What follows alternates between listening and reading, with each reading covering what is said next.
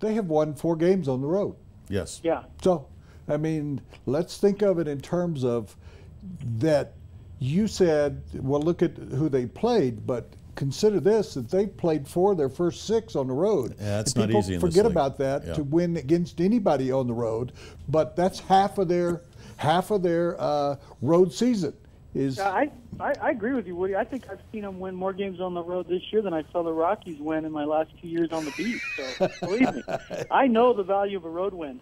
So, and you're right. In all seriousness, a win on the road, you never apologize for a win on the road in the NFL, ever. I don't care who you're playing. It's just going forward, they're going to play much better quarterbacks, and they can't keep turning the ball over. They should have lost by all of them when he paid through that last pick to Mingo. The Browns take over at the 39-yard line, and then you're like, oh, this is why they're the Browns. And they proceed to lose 18 yards in their 3 plays. I've never seen that. That I find like, okay, finally they're going to pay the price.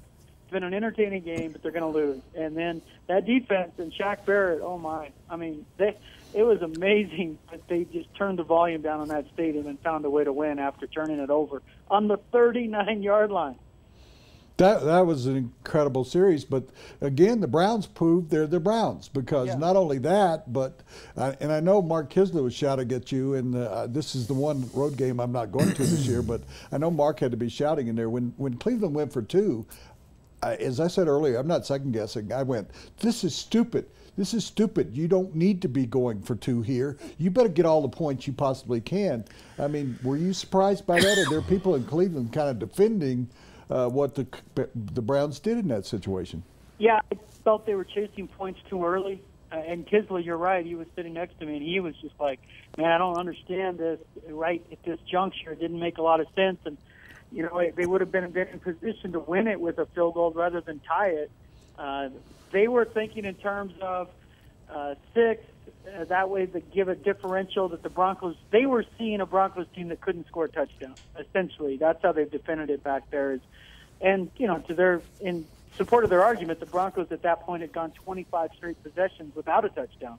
The longest active. Well, you would think, though, you know, the other way to look at that, though, is they got to score one at some point. Yeah, they're due. Yeah, I mean, it seemed to me. That was what's so amazing. Then right after they do that, because we're questioning, like, I don't know about this. Doesn't make a lot of sense. And then, of course, seconds later, 75-yarder to Emmanuel Sanders. Then it made no sense to go for 2, obviously, in hindsight. When you go to buy a car, what do you really want? You probably want a lot of cars to choose from. And you want the dealership's best price. Not some starting price or target price, the best price. And you want it immediately, not after hours of negotiating. And you want a salesperson who doesn't get paid more if you spend more. Because, well, you don't want to spend more. Well, you're in luck. John Elway wants all of those things too. Better yet, John Elway wants you to have all of those things too. Come see us or click on johnelwaychevrolet.com.